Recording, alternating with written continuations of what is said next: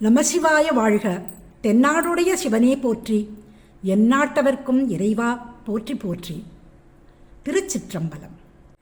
திருஞான சம்பந்தர் அருளிய முதற் திருப்பதிகம் தோடுடைய செவியன் விடையேறியோர். திருஞான சம்பந்தர் சிறு குழந்தையாக இருந்தபோது ஒரு நாள் அவரோட தந்தையார் ஞான சம்பந்தரை அழைத்து கொண்டு கோயிலுக்கு சென்றார். போகிற வழியில் கோவில் திருக்குளத்தில் நீராடி செல்லலாம் என்று குளத்தில் இறங்கி நீராடி கொண்டிருந்தார். அப்போது ஞான சம்பந்தருக்கு பசி எடுத்தது. குரல் எடுத்து அழுதார்.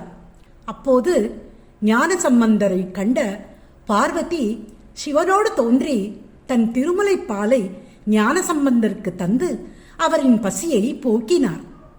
நீராடி வந்த தந்தையார் பிள்ளையின் வாயில் பால் ஒழுகுவதைக் கண்டு யார் தந்தார்கள் என்று வினவ, குழந்தை தன் கையை மேலே காட்டி கீழ்கண்ட பாடலை பாடியது. தோடுடைய செவியில் விடையேறியோர் தூவெள் மதிசூடி,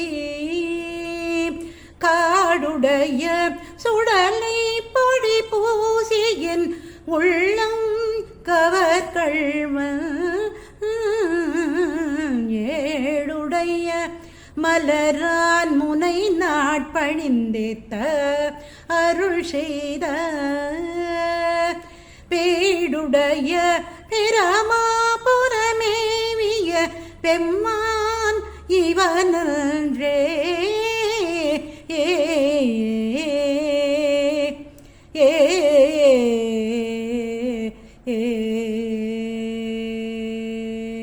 இந்த பதிகத்தின் பொருள்: தோடு நின்ற திருச்செவியை உடைய உமையம்மையை இடப்பாகத்தே உடையவனாய் விடை மீது ஏறி ஒப்பற்ற தூய வெண்மையான பிறையை முடிமீது சூடி சுடுகாட்டில் விளைந்த சாம்பர் பொடியை உடல் முழுவதும் பூசி வந்து என் உள்ளத்தை கவர்ந்த கள்வன், இதழ்களை உடைய தாமரை மலரில் விளங்கும் நான்முகன், படைத்தல் தொழில் வேண்டி முன்னை நாளில் வழிபட அவனுக்கு அருள் புரிந்த பெருமை மிக்க பிரம்மபுரத்தில் எழுந்தருளியுள்ள பெருமானாகிய இவன் அல்லனோ?